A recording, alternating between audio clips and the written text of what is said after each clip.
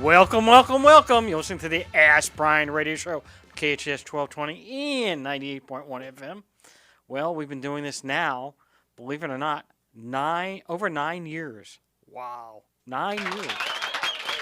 Only one more to the decade. We'll be in double digits. Yeah, that's awesome. Congrats. Wow, it's a long time. Do you like your new bed for your 9-year anniversary? You were dancing, and I almost got it on camera. I was so close to getting it on our Facebook feed, but next time, don't worry. Because when you play the Mod Squad music, what do you expect?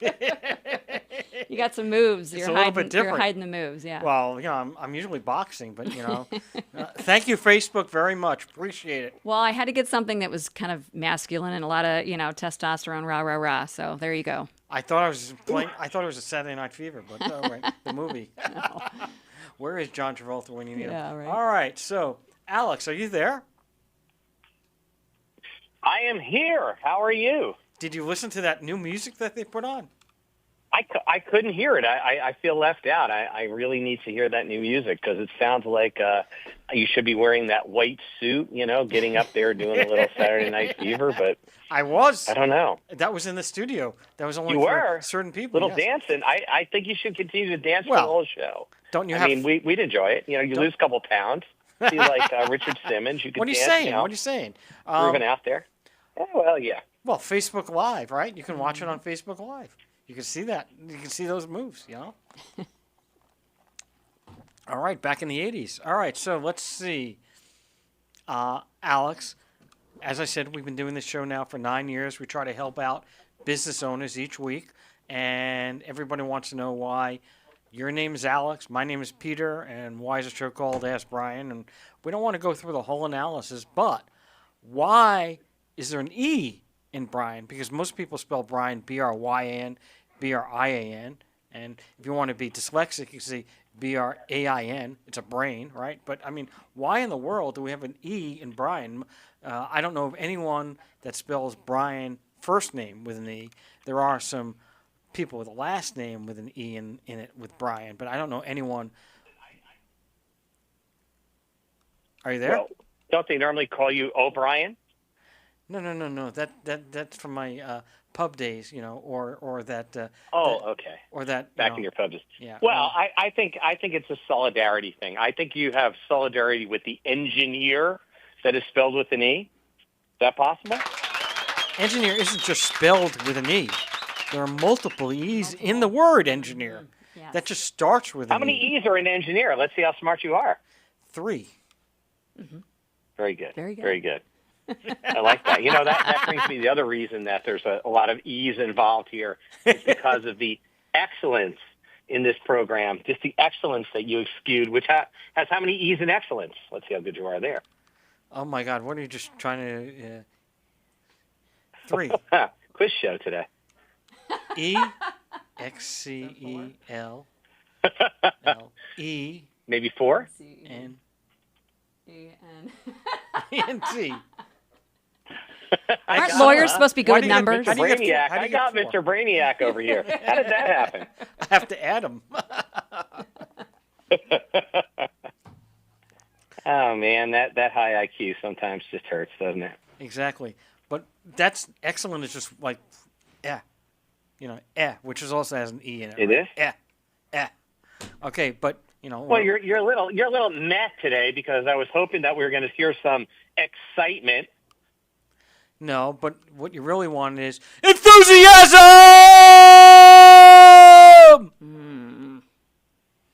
Okay. My eardrum was trying to Jen still has her avoid earset that. on, so it wasn't I was loud trying enough. to avoid I'll try that. to do it louder next time. Yeah, thanks. I appreciate Punch it. fist punch.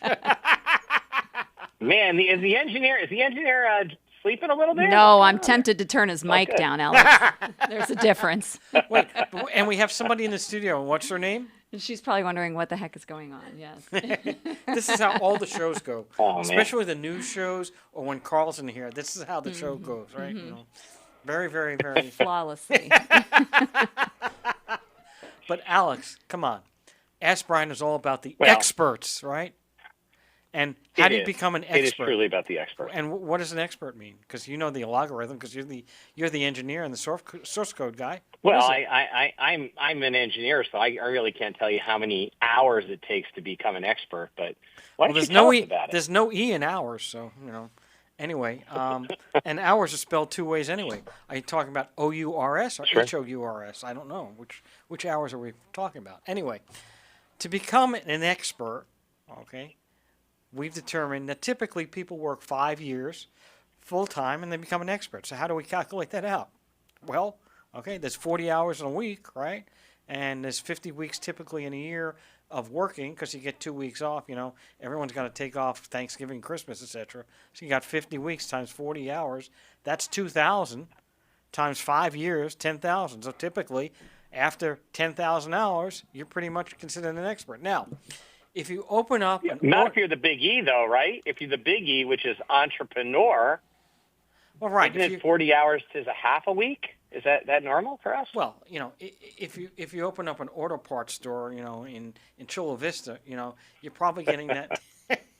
You're probably going to get that done in a year and a half. There you go. So yes, it all depends, but the typical person, is going to pretty much take 5 years. Entrepreneurs, obviously, it's sped up, but there's also a lot of extra things in there. Anyway, for the new year, since we have a new song, we're also going to have a new what? Format. FORMAT. A new format. Wow. That's a big word. Not an E. I'm sorry. It's not an E. That's a big word. Yeah. So what we're going to start out this year with is, it's great to have interviews, and we're going to have interviews throughout the year. We've had conversations where it's just been you or myself or both of us. But we want to create almost like a college class, right? We're going to start out with, the fictitious business name. Now, everybody that's ever been to business school, whatever, or even you haven't, basically we're going to produce a widget, a WIDGET. Now, Alex, explain to the audience, what's a widget? A widget is anything that you create in your mind. That's, in your case, that's a widget. Well, it could be the Matrix. All right, so basically, a widget is a fictitious product or service that they use. Something you create in your mind. Yes, my friend. Thank you. Yes. Yeah, well, it could be created in mind and maybe not created in mind. Maybe AI created it. Who knows? Nowadays, AI is just as strong. So we're going to create a widget, okay? And widgets, we're going to be selling widgets. Where do you want to sell them? In Southern California, Nebraska, St. Louis, New York City. I think Wisconsin widgets are always the best. They're my favorite. Why are Wisconsin They're kind of cheesy. widgets? Oh, God. Because it's cheesy. Where's the drum roll? Sorry. I got drum roll. I don't Yeah, that's what we need for that widget joke. Now, widgets, their cousin is midgets, right? So, obviously. Now, we're not insulting Wisconsin. Remember that, Alex. We may need support from Wisconsin. Never. They may become our new sponsor, the state of Wisconsin. So we don't want to insult them. All right. But let's get into this analysis, right? So we're going to start a new business. We're going to be selling widgets in Wisconsin. Wow. WW. All right. We got one more, We got the web. www. Right. So, Alex, we got this new product or service, widgets. Is it going to be a product or a service? Let's decide that. We should look at products initially. Okay. So a product. Services can be products as well. Correct. So products can be sold in a number of ways. In the old days, remember the Sears catalog? When you were, 65, 70? You used to have the Sears catalog back in the 1800s? Right. So you can have the Sears catalog where you can order things online, which through a book, and which has now gone on to become an online source to purchase products through a website, and that's one option. Or you could have a physical location, and you could have a retail location, or you could have what's called a warehouse and become a distributor, or you could have a warehouse and just I buy it from the manufacturer and I sell it to the retailer. So, right, there's many different ways we can have the widget. So we're going to be a retail location, wholesale location, or manufacturer of these widgets? Well, I think we look at most of our audience, they are in some type of retail.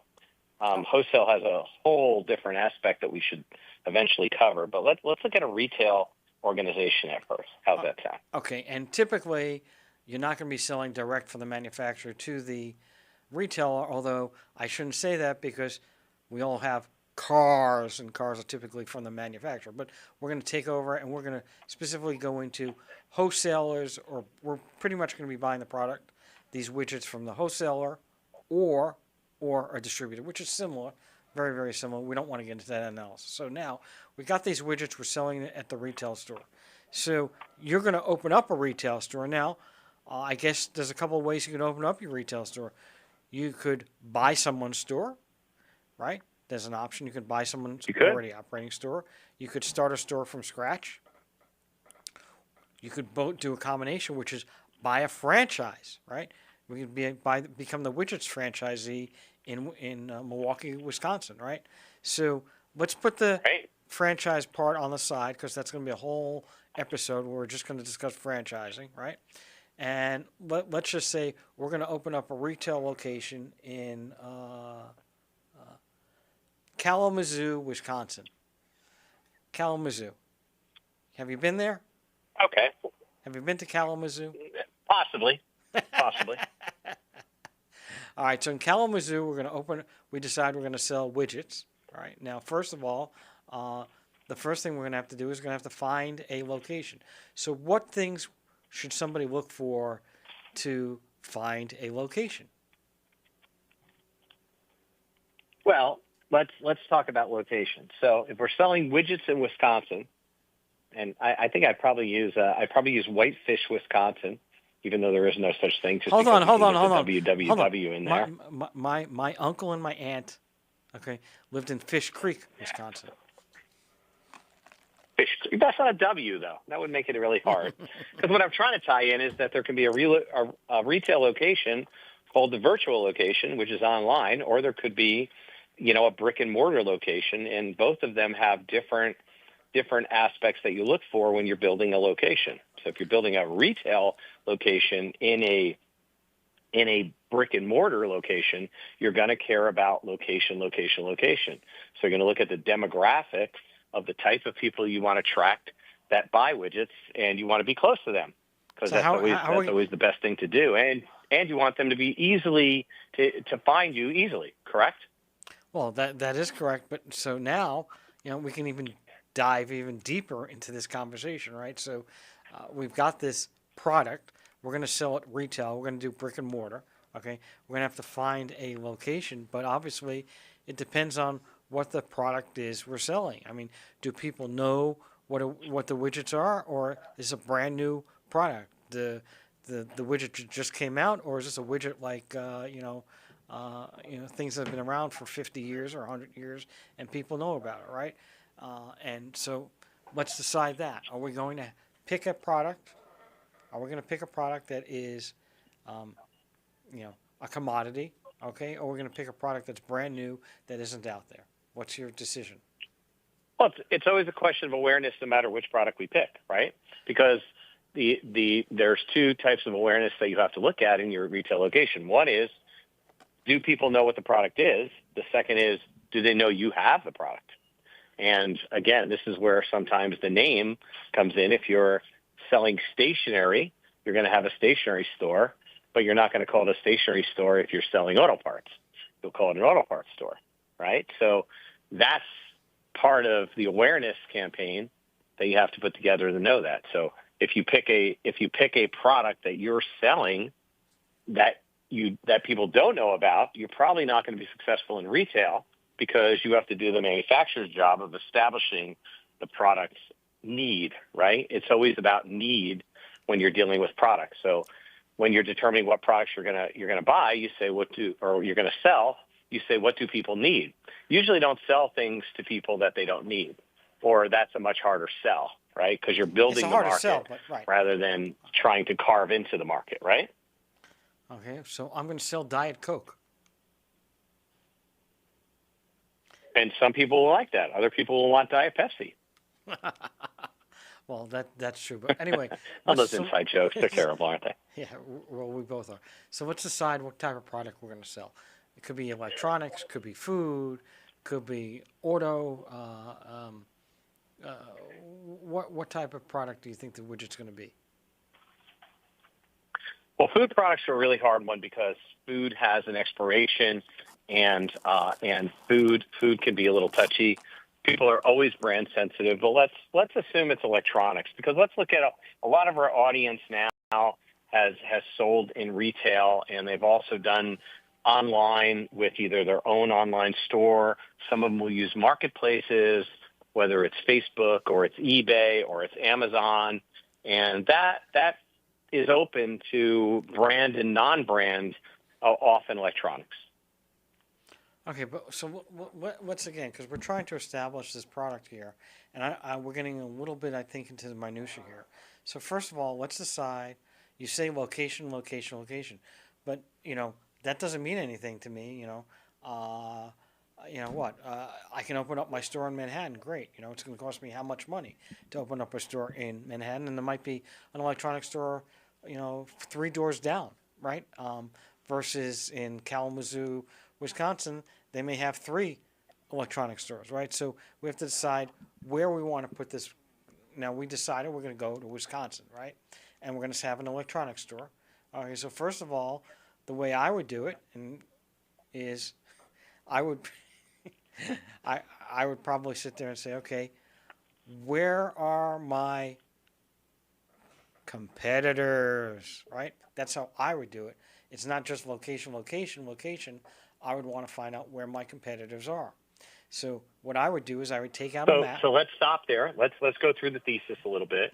Okay. You're doing what is called building a business plan, or a marketing plan. And so the thesis that you have there is that you're saying that your competitors are smart. You're making an assumption that they're smart and that they've done the market research and they've done the demographic studies to know where the people are. And what they've done is they've located themselves in the right spot. And actually, I disagree. Yeah, I kind of disagree. That's a fair assumption if they're doing well and you want to carve a piece of their market away. If they're starving and you go to their store and you go, I want to have an electronics store, near where they are, is because they're just not good at what they do. And if you make that assumption, you're not looking at the demographics and the other study work that you should do. It's being a little sloppy. Well, right? But you're starting out in a further part. I'm just mapping out where the competitors are located. I'm not saying that I'm going to base my decision based on where the competition is, but I want to know where they are. So let's pick a place that I'm a little bit familiar with, and that'll be Marina Del Rey, where I currently live, right? I don't know, Alex, how much you know. Is that in California? Marina Del Rey? That's in California? Okay. Exactly. Just checking. Jen just gave me the peace sign. Peace, Jen. Okay, we're at peace now. Peace and love. Oh, my God.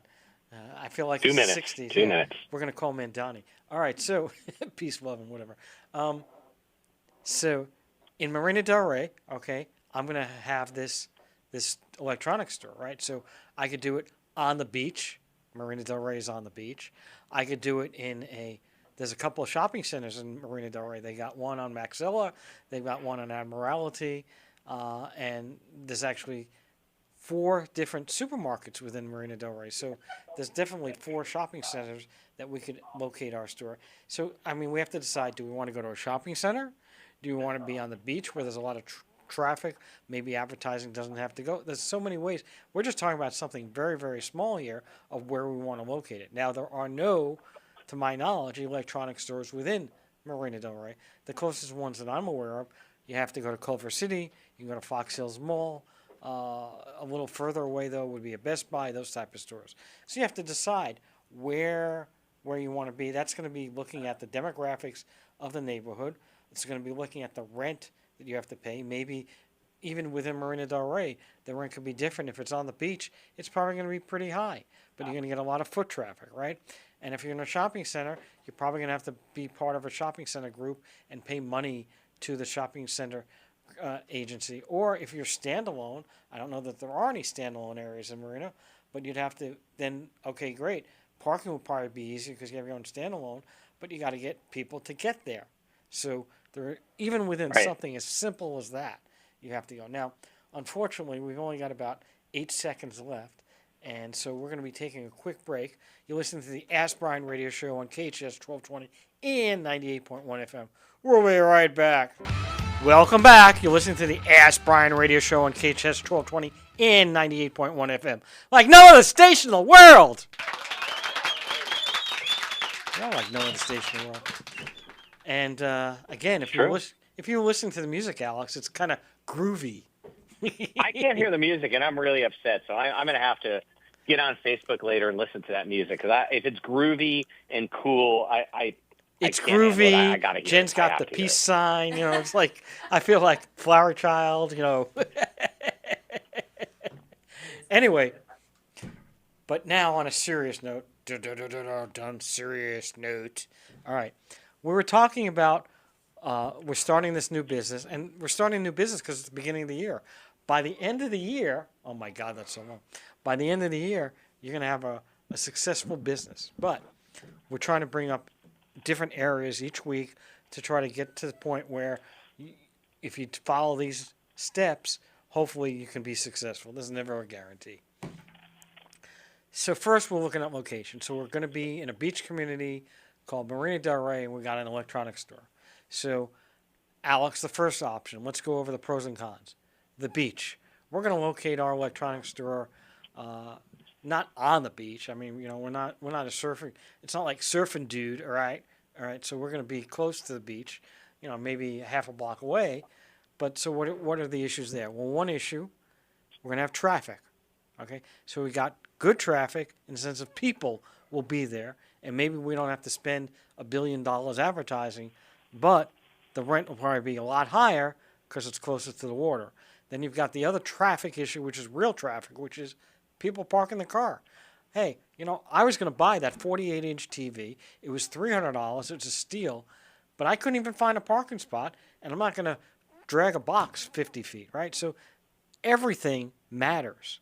Everything applies. So let's first go to the electronics store in the beach, the pros and the cons.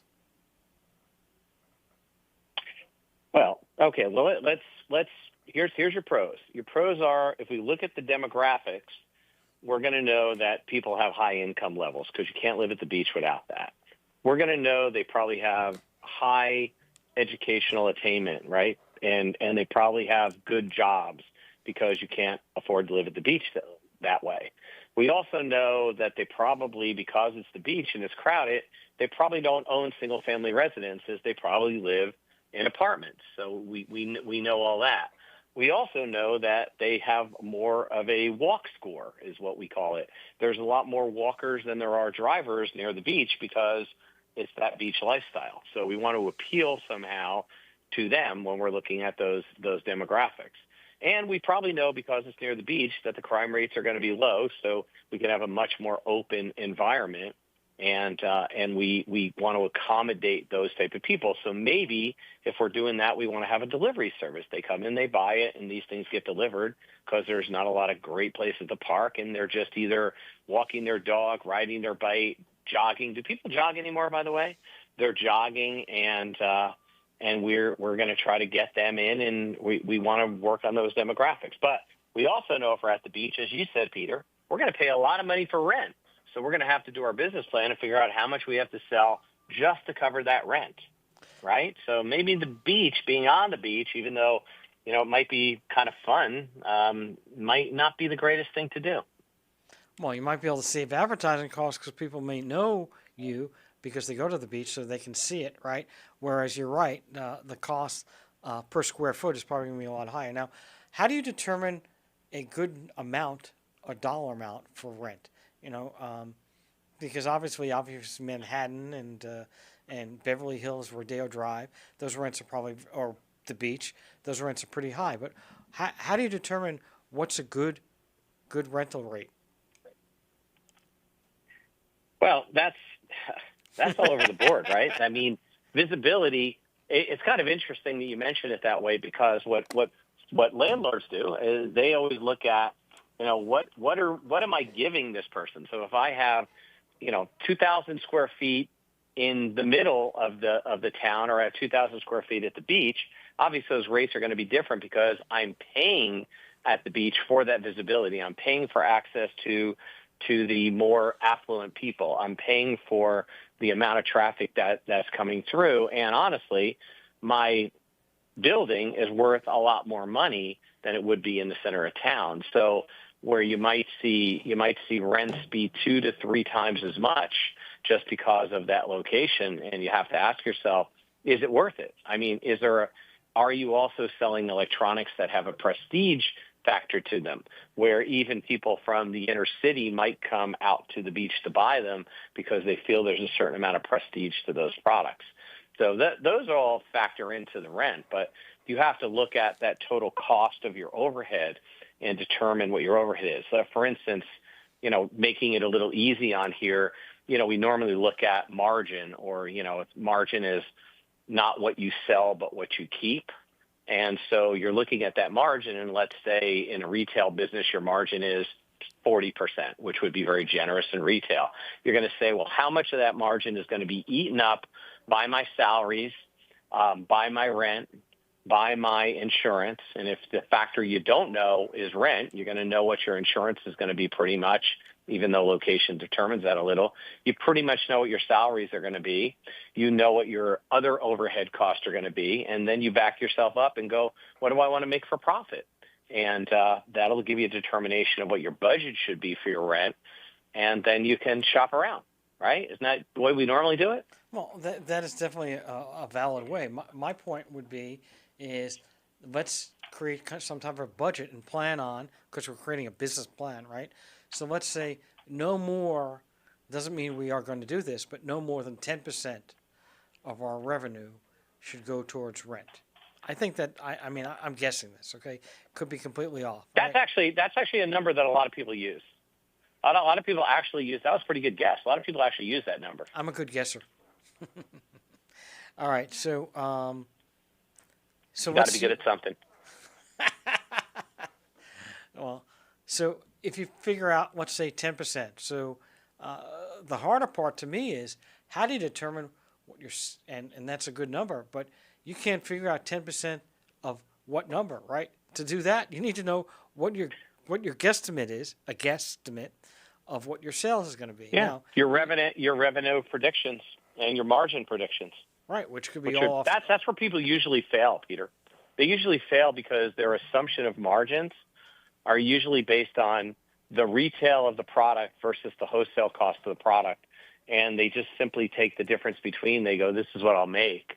But in reality, there's a lot of other factors to that. The first is always, what is your shipping cost in and your handling cost to keep it up there?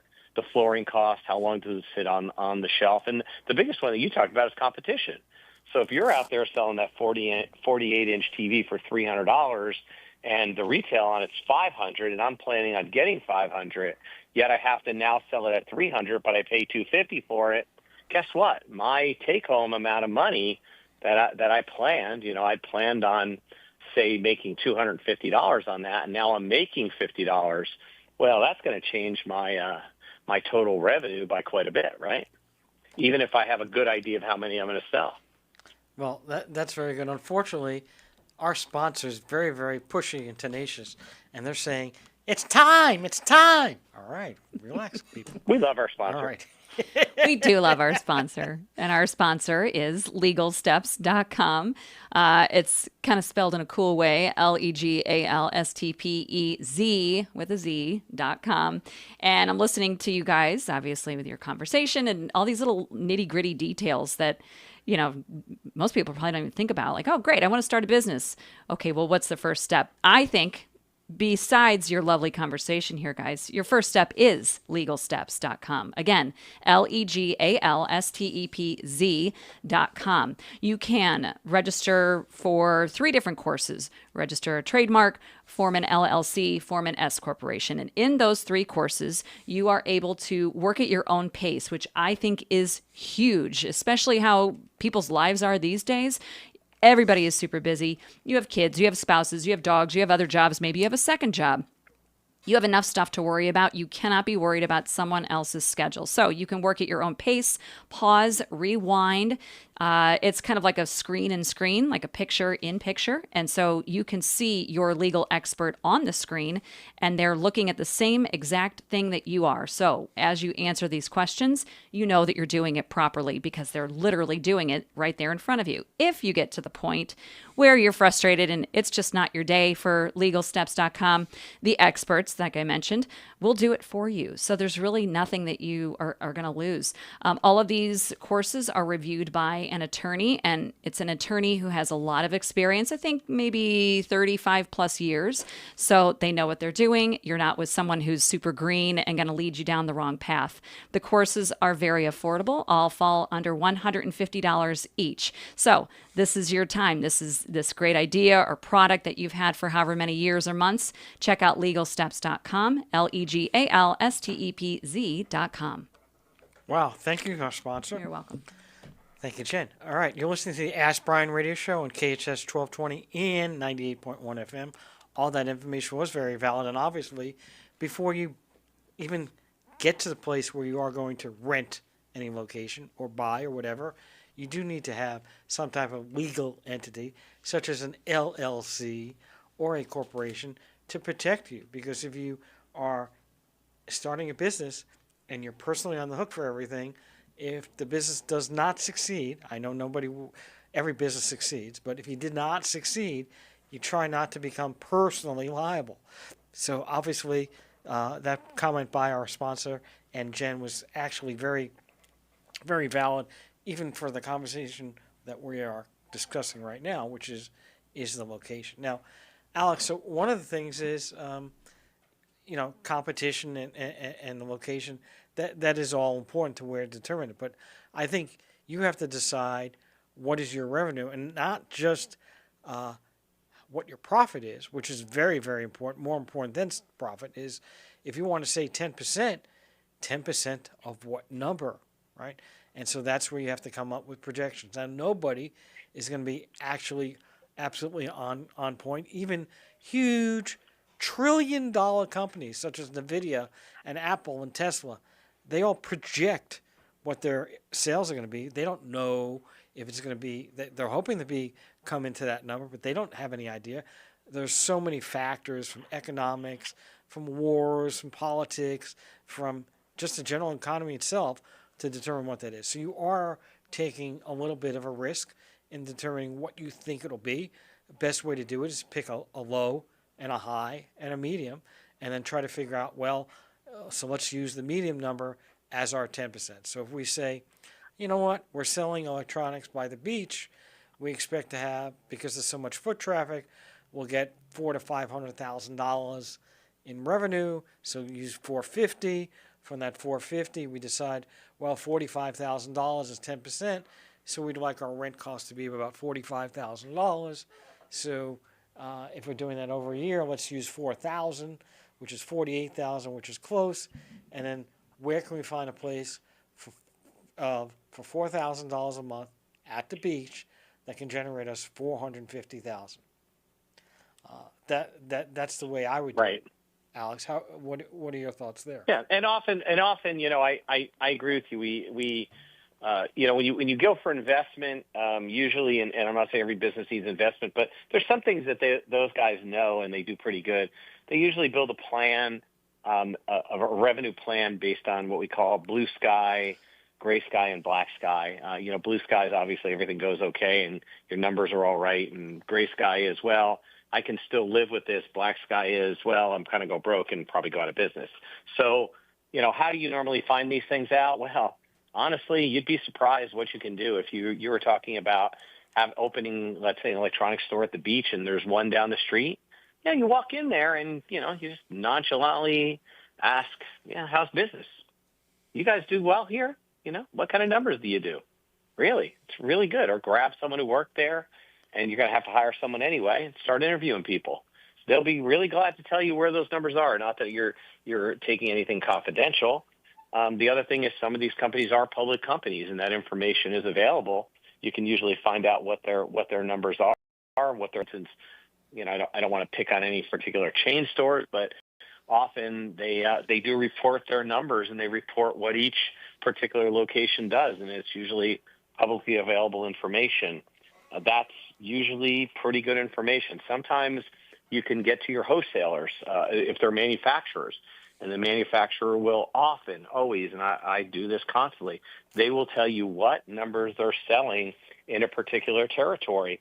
And then you can ask them, well, what is the upside in that territory? And they will tell you the upside is we think we can do 20% better. Take that, cut it in half, and probably that's the number you're going to use as a place to start. But I think the key, as you said, is don't get in over your skis, don't get in over your head. Whatever you think you can afford, take half of that. And while I'm guilty of not doing that, I think that's a very smart thing to do. If you think you can afford $5,000 rent, well, shoot for $2,500, and you'll be a lot safer. So that's usually the advice that I would always give people, and usually it comes out about right, believe it or not. Well, and there's a couple of pointers there. One is, this is the old-fashioned way, old school way that we used to do it for restaurants, and what it's called foot traffic, right? So you can be there, and you could actually go to an electronics store that's in the area that you think might be your competition, and you can just sit there for an hour, and say in that 1 hour, okay, at 12 o'clock to 1 o'clock on a Tuesday, all right, they sold 3 TVs. Okay, they sold this, they sold this, they sold this. You make your list. You have to be careful because some people might not like you doing that. And you write it down, and you can actually go find out what those products are selling for, and you can actually come up with a foot traffic number. Now, that's old school. That's how I used to do it, but not everybody. That's called research. Hey, people still do that. Research? What's that? There's no such thing. New concept. Never heard of research, please. Unfortunately, we got to take a quick break. You're listening to the Ask Brien Radio Show on KHS 1220 and 98.1 FM. We'll be right back. You're listening to the Ask Brien Radio Show on KHS 1220 and 98.1 FM. All right. Well, I definitely think we're going to bring in the Wolfman because I think he should be handling part of this aspect. But that was really, really interesting music. I mean, this is what Alex listens to every night. Anyway, every night. Every night. Well, or my roommate. But anyway, let's not get that. Let's delve too far. Let's say you have the Spanish version of that. Yes, thank you. Yes. Sorry. Well, that's why. Yeah, we have to translate it so she can listen to it in Spanish. So now we've got this location, whatever. We discussed the beach. Let's try to go to a different area, right? So now we're going to go to a shopping center, right? You got an electronics store. So I guess there are 3 shopping center areas, right? You've got a standalone store, which is harder to find, which will have its own parking. Then you have a strip mall, 9, 10, 12 stores. There'll be some parking in there, but you're sharing. Or then you have the mall, okay? I imagine of all these, the mall is probably the most expensive. Although, I guess a standalone is probably going to be pretty expensive too. What do you think, Alex? Which do you think is more expensive, standalone or a mall? It's very interesting because when you do a standalone, just a regular stand-up, you're always looking for one that is in that perfect location. So if you're going to do a standalone, you're going to do that one next to the beach. If you're going to do a strip mall, you're going to find one that is going to have complementary type of demographics to what you have, right? So and there's an exception to this, you're going to find one that has a number of restaurants or what we'll call casual dining, because we know they bring in people of all different demographic groups. So those will be usually about the same price, believe it or not, because a standalone will only be beneficial in a location that's good, and the strip malls. Now, malls themselves, big malls, used to bring in the most, but they're dying, unfortunately. A lot of them are getting converted to open air. A lot of them are losing what they call their base tenants, their remarkable stores, the Sears of the old days, these anchor tenants that they used to have. Without the anchor tenants, these malls aren't doing as well because the anchor tenants used to bring in people that were there all the time because they had everything. So they were a bigger store that had everything, and they also invited you to shop. So, for instance, if Sears had a TV at the time for $500 and yours was $300, and you advertised it at that, people would go to Sears, look at it, then come over to you, find that it's $200 cheaper, and buy. So malls were the way to go, but I'd say today a lot of what you call strip centers, or as they call them, multi-shopping centers, they tend to bring about the most money because you have the higher concentration of people leaving and coming in and out every day. So that's exciting to be in one of those if you can be in the right one. So how do we go from selling electronics to the shrimp store? Anyway, I just had to bring Well, it up. you're selling stripper electronics. What are you trying to sell there, Peter? You said what are we shrimp. talking about? You mentioned shrimp and casual dining. Anyway. No. Strip steak. Strip steak is casual dining. Come on, let's be honest. All right, but we're talking about electronics. So what do you think, you've got the Apple store, which is, the creme, right? And Bose and that type of stuff, right? And so your product line is also going to be determining, where you want to be located, right? If you're going to be selling an Apple and a Bose, and you have the brand name, it doesn't really matter as much where you're located because people are going to come to you, okay? Whereas if you want to sell a product that's, that doesn't have that brand name, well, then you better be offering better price. That's one way to do it, right? Or a great location that's easy to get in and out of because you have to sell in different areas. So what are the factors that you look at when you're trying to sell, to do a product? Do you want to go the high-end Bose Apple type, if you can even get an Apple product, because they're probably limited, or do you want to go into, or you look on the other end of the spectrum, which is, hey, I want to buy the high-tech, iPad, which is, produced in China or Korea, or I don't mean to antagonize anyone, but let's just say in a lower labor community. You're hitting on a very interesting topic, which is multifaceted but very important to discuss. Right? It's you always want to match the demographics, of course, to the and the primarily the income of the person to that. But when you're talking about something like an Apple or a Bose not so much, but let's say Apple, they tend to be more exclusive.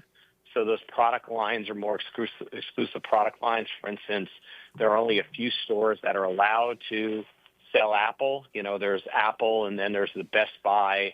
There's the Apple store within Best Buy, and very few people are allowed to sell that. So a lot of times when I'm looking at products to bring in a retail location, I will look for exclusive or semi-exclusive or what we call protected territories. So then what you can do is you can locate yourself in an area where it's still convenient to people, but it's not the most convenient or the most expensive. And usually people will find you. They'll call the company. They'll look on the website. They'll hear from other people. Word of mouth is really good. SEO will find you. And with those exclusive deals, often your location won't matter as much because people, as you say, will sort you out and find you. But as exclusive deals, usually, believe it or not, your margins are going to be significantly less because they're factoring in that they're giving you all this free marketing, and therefore you can make less money. Whereas if you do Alex, a we're Joe's gonna have to XYZ. I don't mean to interrupt. I am interrupting, though, because we got to go. You're listening to the Ask Brien Radio Show on KHS 1220 and 98.1 FM.